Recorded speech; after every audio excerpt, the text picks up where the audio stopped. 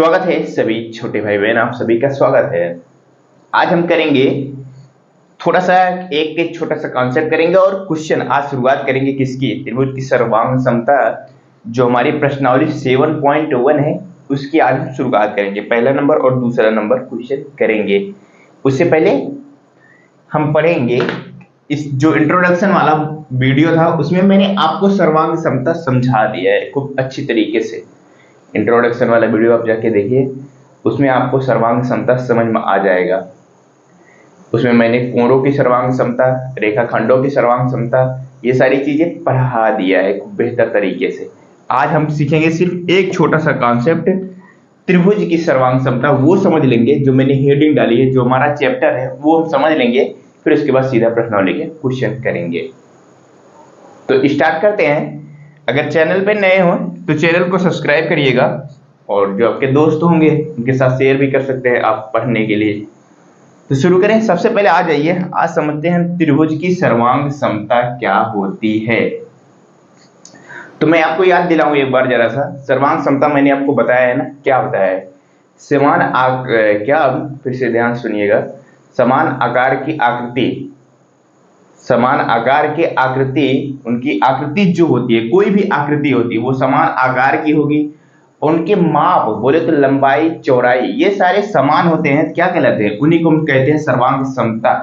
Example में मैंने आपको दिया था, जैसे लेटर पैड होता है ना, एक पेज के नीचे एक पेज, यानी कि समान होते हैं ना, वो उनकी लंबाई सेम होती है, चौड़ाई सेम होती है। वो क्या कहलाते हैं? जो लेटर पैड का पेज होता है वो क्या कहलाता है? हमारा सर्वांग समता कहलाता है। हर एक पेज दूसरे के सर्वांग समता होते हैं, उनकी लंबाई समान होती है, उनकी चौड़ाई समान होती है। जैसे ब्लेड, शेविंग ब्लेड आप देखे होंगे ना, पत्ती जिसे कहते हैं, वो देखेंगे, दो पत्ती लीजिए, दोनों पत्ती की तुलना करेंगे, एक पत्ती दो, वो क्या कहलाएंगे? दो पत्ती जो आपस में, वो क्या कहलाएंगे? सर्वांग समता कहलाएंगे। उन सेम आकार की होती है नहीं होती है? बताओ, सेम आकार की होती है कि नहीं होती? बिल्कुल होती है, जो सेम आकार की। यानी कि एक आकृति दूसरे आकृति को पूरी तरह से जब ढक लेगा, उसके ऊपर रखने पर एक आकृति दूसरी आकृति को जब पूरी तरह से ढक लेगा, तो ये होता है हमारा क्या होता है? सर्वांग समता होता है। बात क्लियर हुई? इतनी बात मैंने आपको इंट्रोडक्शन वाले वीडियो में सिखाया हुआ था। अब बारी आती है त्रिभुज की। तो त्रिभुज की जब बारी आती है तो दो त्रिभुज होते हैं, और सर्वांग समता दो दो आकृति को बीच में ही होती है। एक तो आकृति से हमारा सर्वांग समता होता नहीं है, तो दो की तुलना की जाती है। जैसे देखो, मैं दो त्रिभुज लेता हूं, आप बनाइएगा पटरी लेके।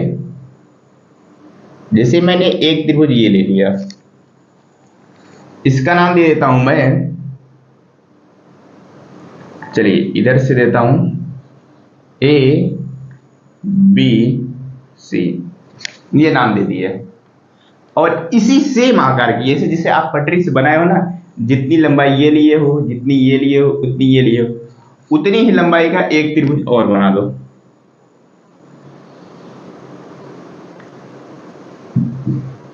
हो सकता है इधर ना बन पाए, चलिए मैं बनाता हूं।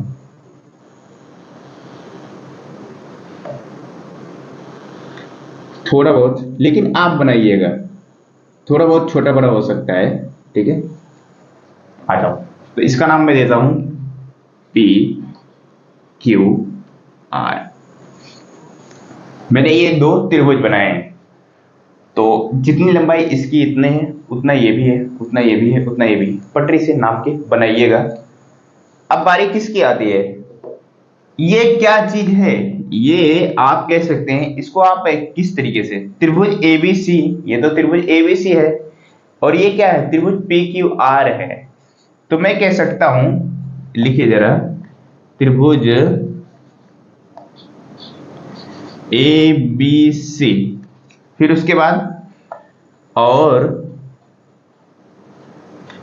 त्रिभुज, दूसरा त्रिभुज कौन सा है? पी क्यू आर है।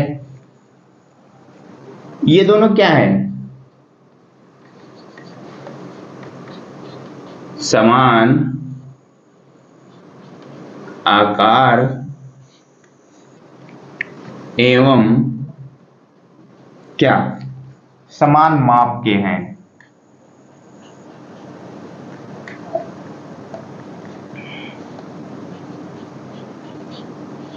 ये चीज आप लिख लेंगे।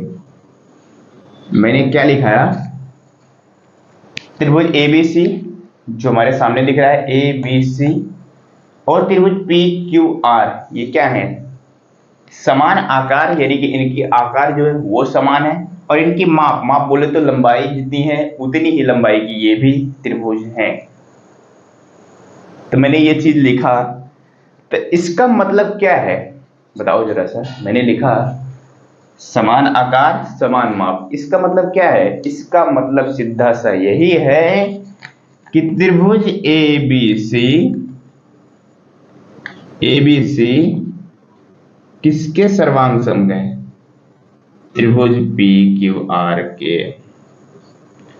जब ये त्रिभुज जो है क्या, जब ये त्रिभुज समान आकार एवं समान माप के हैं, इसका मतलब हम कह सकते हैं त्रिभुज एबीसी सर्वांग समता किसके, पी क्यू आर के सर्वांग सम है।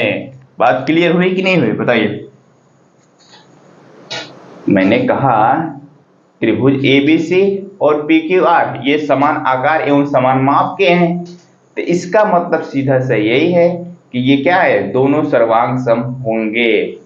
बात समझ में आ गई नहीं? तो वही चीज मैं आपको बता रहा हूं, अगर उनकी लंबाई उनकी आकार समान होगी, कोई भी दो चीज होगा, तो वो क्या होगा, वो हमारा क्या कहलाएगा बताइए, हमारा सर्वांग समता कहलाएगा। बात क्लियर हुई? आ जाओ। अब इसमें बात क्या आती है, कैसे क्वेश्चन बनते हैं वो सारी चीजें। तो अब इसमें देखो सर्वांग समता, इसका मतलब एबीसी सर्वांग सम किसके, पी क्यू आर। इसमें भी क्या होते हैं, इसमें जैसे मैं अगर इनकी भुजा की बात करूं, क्या करूं, संगत भुजा की बात करूं, कौन कौन से संगत भुजा हैं बताइए जरा सा। इसमें कितनी चीज आप नोट डाउन कर लिए, तो मैं इसको मिटा के कुछ चीजें आपको सिखाता हूं।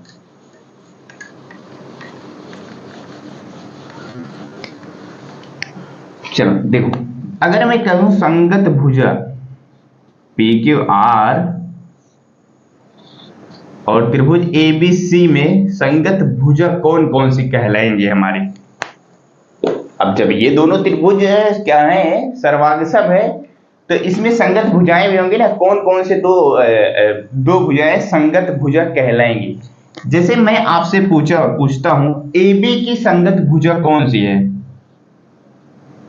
एबी की संगत भुजा कौन सी है, आप सीधा सीधा कहेंगे एबी की संगत भुजा पी क्यू है। एबी और पी क्यू ये क्या है, संगत भुजा है। अगर मैं पूछता हूं आपसे एसी की संगत भुजा कौन सी है, एसी की संगत भुजा कौन सी है, पी आर है। बात समझ में आ रही, ये एसी इसकी संगत भुजा ये है।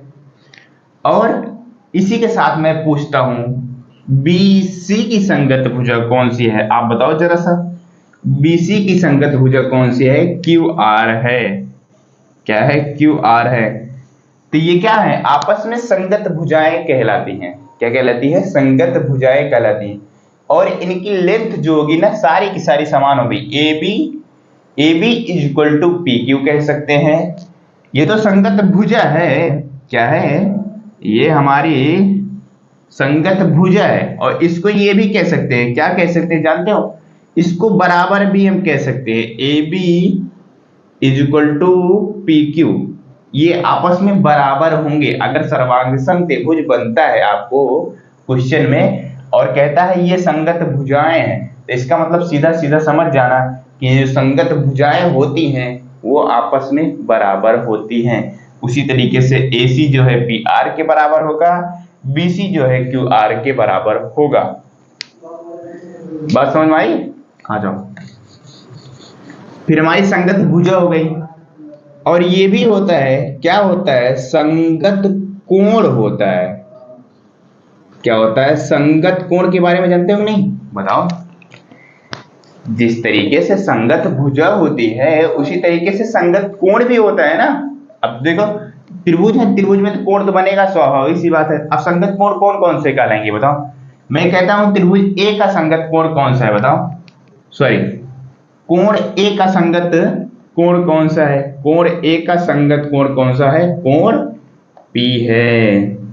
कौन सा है? कोण पी है। अब कोण बी का संगत कौन सा है? कोण बी का संगत कोण क्या है? कोण क्यू है। बात समझ रहे हो? बिल्कुल। तो कोण सी का संगत कोण कौन सा है? कोण आर है। बात समझ में आ रही है ना? देखो, संगत कोण समझ में आ रहा है ना? ये इसके संगत कोण है, कोण बी जो है क्यू के, और सी जो है किसके?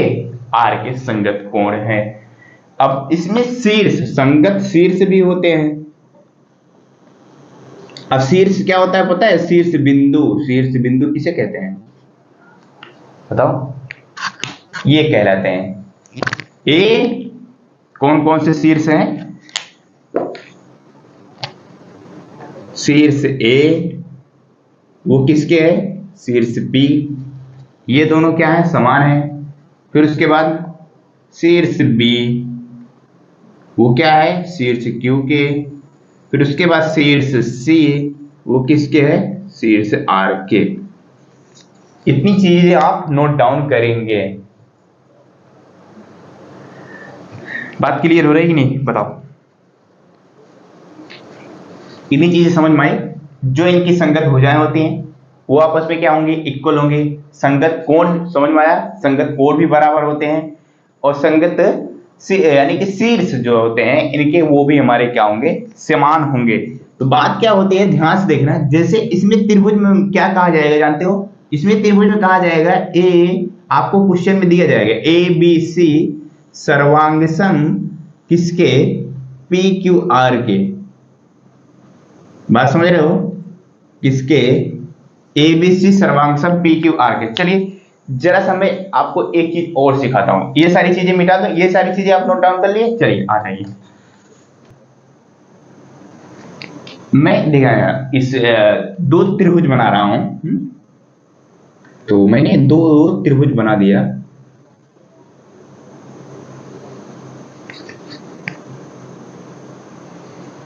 समान आकार की और समान माप की दो त्रिभुज बना दिया। अब इसमें पॉइंट क्या है? ध्यान से मैं आपको समझा रहा हूं। मैं कहता हूं त्रिभुज ए बी सी सर्वांग सम आर क्यू पी। क्या मैंने त्रिभुज दो त्रिभुज लिया? त्रिभुज ए बी सी सर्वांग सम आर क्यू पी। अब इसमें मैं कहीं पर भी नाम दे दूं, देख रहे ध्यान से देखना। त्रिभुज ए बी सी मैं यहां पे ए बी सी ये दे दिया। मैंने दिया त्रिभुज ए बी सी। और इस त्रिभुज को थोड़ा सा इधर बनाता हूं मैं।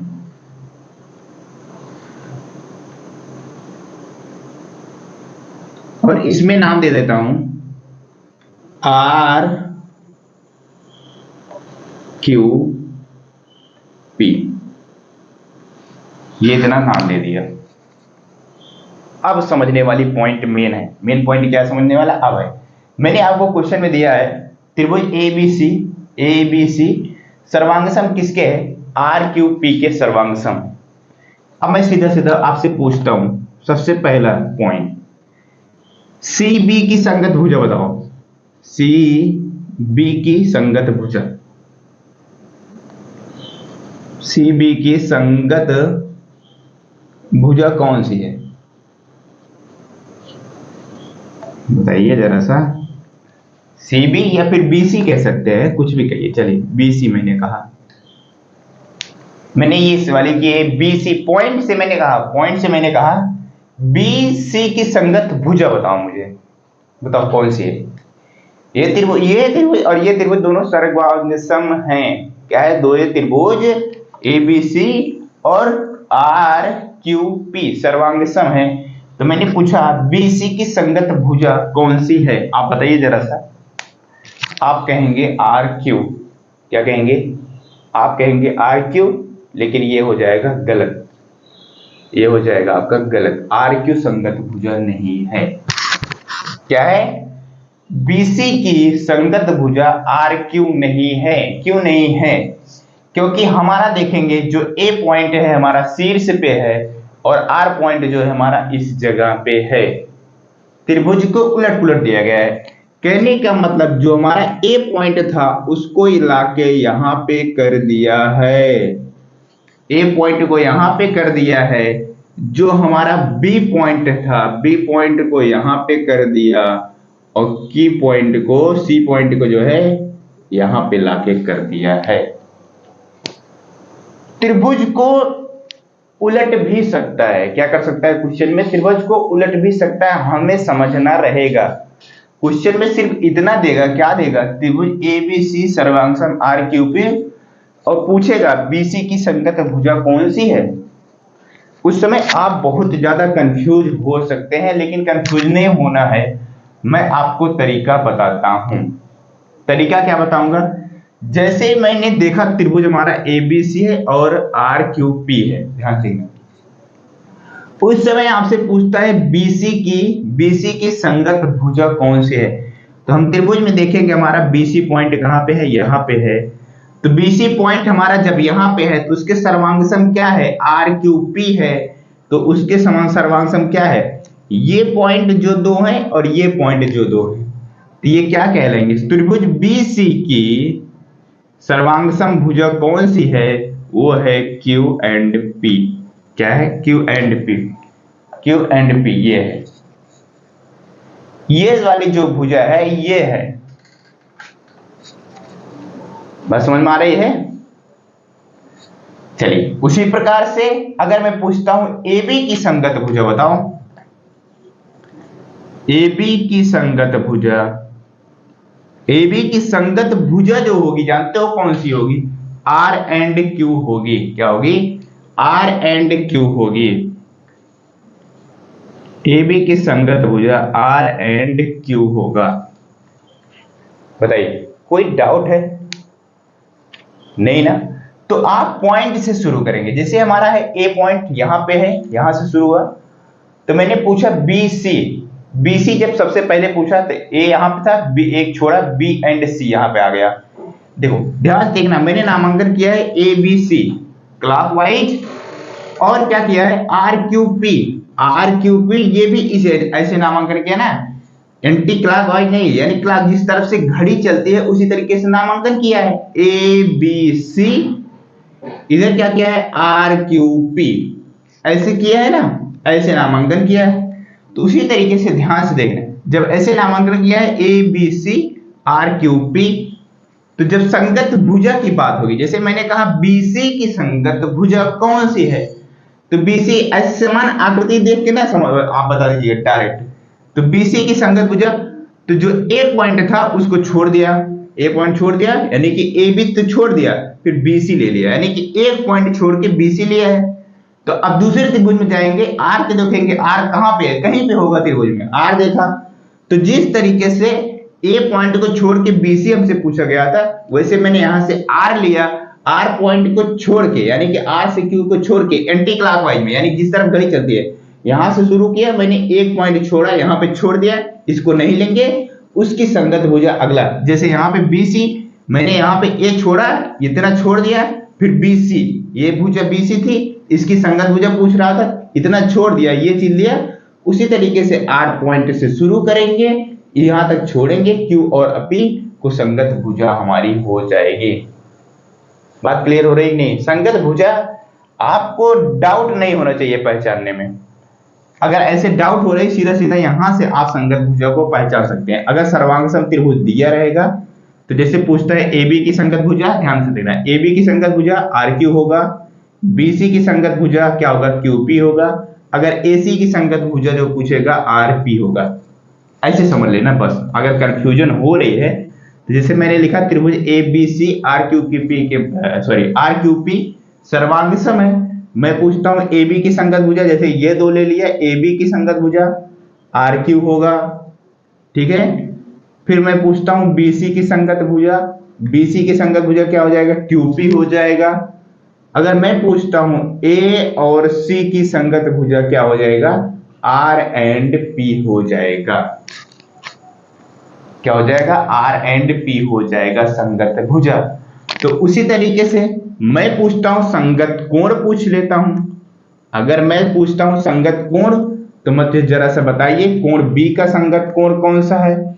आप फिगर देखेंगे कोण बी यहां पे है, और उस फिगर में देखेंगे कोण आर, देखिए समान फिगर ऐसे दिखेगा तो आप कहेंगे ये वाला है, गलत हो जाएगा। ऐसा नहीं करना है, हमें देखना है जो त्रिभुज सर्वांग दिया रहेगा उसमें देखेंगे, हमारा दिया रहेगा ए बी सी, बी बीच में है। दूसरा त्रिभुज देखेंगे आर क्यू पी है या फिर आर एस टी हो सकता है, कुछ भी हो सकता है। यहाँ पे जैसे बी है तो यहाँ बीच में यानी कि यहाँ जो एक चीज बीच में यहाँ पे है, तो इसकी संगत कोण पूछ रहा है, तो ये भी बीच का ही होगा।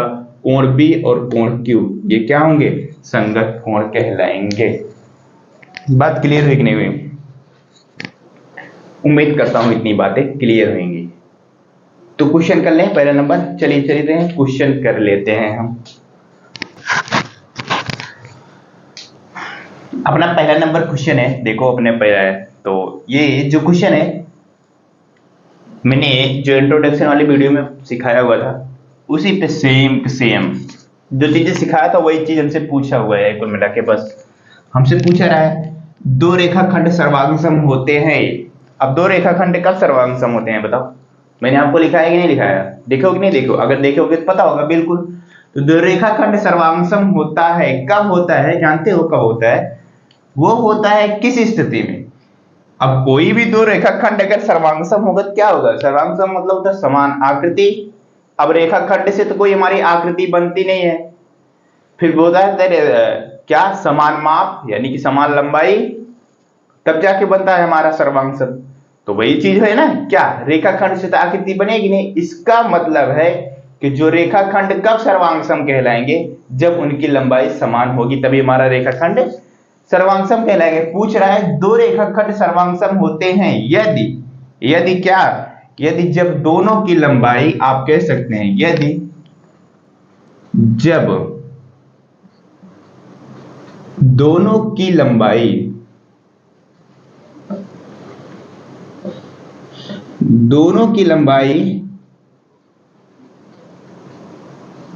समान हो। क्या दो रेखाखंड कब सर्वांगसम कहलाएंगे? जब उनकी लंबाई समान होगी। दो रेखाखंडों की लंबाई समान होगी तो हमारे क्या कहलाएंगे? सर्वांगसम कहलाएंगे। सिंपल सी बात यही है। आ जाओ, दो सर्वांगसम कोणों में से दो सर्वांगसम कोण दिया हुआ है हमको, एक की माप 70 डिग्री दी है, तो दूसरे कोण का माप क्या होगा ये हमसे पूछा हुआ है। अभी मैंने क्या बताया, जिस तरीके क्या बताया अभी, संगत भुजा बताई, संगत कोण भी बताया। तो वो जो संगत कोण होते हैं ना, जिस तरीके से संगत भुजा सारी की सारी बराबर होती है, उसी तरीके से संगत कोण भी आपस में बराबर होते हैं अगर सर्वांगसम है तो। अगर सर्वांगसम है तो उनके जो संगत कोण होंगे त्रिभुज के, वो क्या होंगे? आपस में इक्वल होंगे। तो ये क्या होगा बताओ? जब एक कोण हमारा 70 डिग्री का, मान लो कोण ए और कोण बी, ये दोनों क्या है? सर्वांगसम है। और कोण ए का मान जो है 70 डिग्री दिया है, कोण बी का मान कितना होगा? 70 डिग्री होगा कि नहीं? तभी तो हमारे ये सर्वांगसम कहलाएंगे। जी बिल्कुल। तो ये क्या हो जाएगा? दूसरा कोण कह रहा है दूसरे कोण की माप 70 डिग्री है, हमको भरना था फिलअप, यानी कि कितने डिग्री का होगा? अगर सर्वांगसम होंगे तो वो क्या होंगे? 70 डिग्री के ही होंगे दोनों कोण। बिल्कुल। चलिए, तो फिर आ गया है जब हम कोण ए बराबर कोण बी लिखते हैं तो हमारा वास्तव में अर्थ होता है, क्या अर्थ होता है इसका मतलब? इसका मतलब होता है कि वो दोनों कोण क्या है? बराबर है। तो बराबर है तो क्या होता है? सर्वांगसम भी कह सकते हैं ही नहीं कह सकते? बताओ। जब कोण ए कोण बी के बराबर है तो इसका मतलब हमारा क्या है कि कोण जो ए और बी है तो ये क्या है? आपस में सर्वांगसम है। तो आप ये भी कह सकते हैं, क्या कह सकते हैं? सर्वांग कोण ए एंड कोण बी क्या है, सर्वांग सम है। बात क्लियर हुई कि नहीं?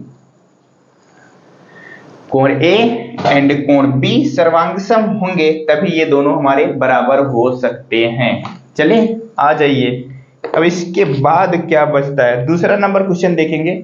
तो वास्तविक जीवन से संबंधित सर्वांग सम आकारों की कोई दो उदाहरण दीजिए। ये है हमारा दूसरा नंबर क्वेश्चन। आप इसमें कुछ भी लिख सकते हैं, जैसे सेविंग ब्लेड लिख सकते हैं, लेटर पैड लिख सकते हैं, और कोई चीज लिख सकते हैं।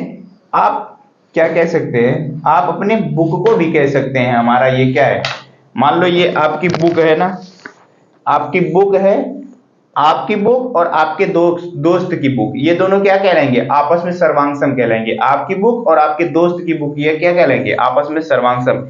जितनी बड़ी आपकी बुक है उतनी बड़ी आपके दोस्त की बुक है, तो दोनों क्या है, सर्वांग सम है। बात क्लियर हुई? तो आप कोई भी दो एग्जाम्पल लिख सकते हैं। इसमें तीसरा और चौथा नंबर क्वेश्चन और बचता है, वो कर लेंगे हम नेक्स्ट वीडियो में। तब तक के लिए बाय बाय। चैनल पर चैनल को सब्सक्राइब कर लीजिएगा, और जो आपके पढ़ने वाले दोस्त हैं उनके साथ शेयर भी कर सकते हैं।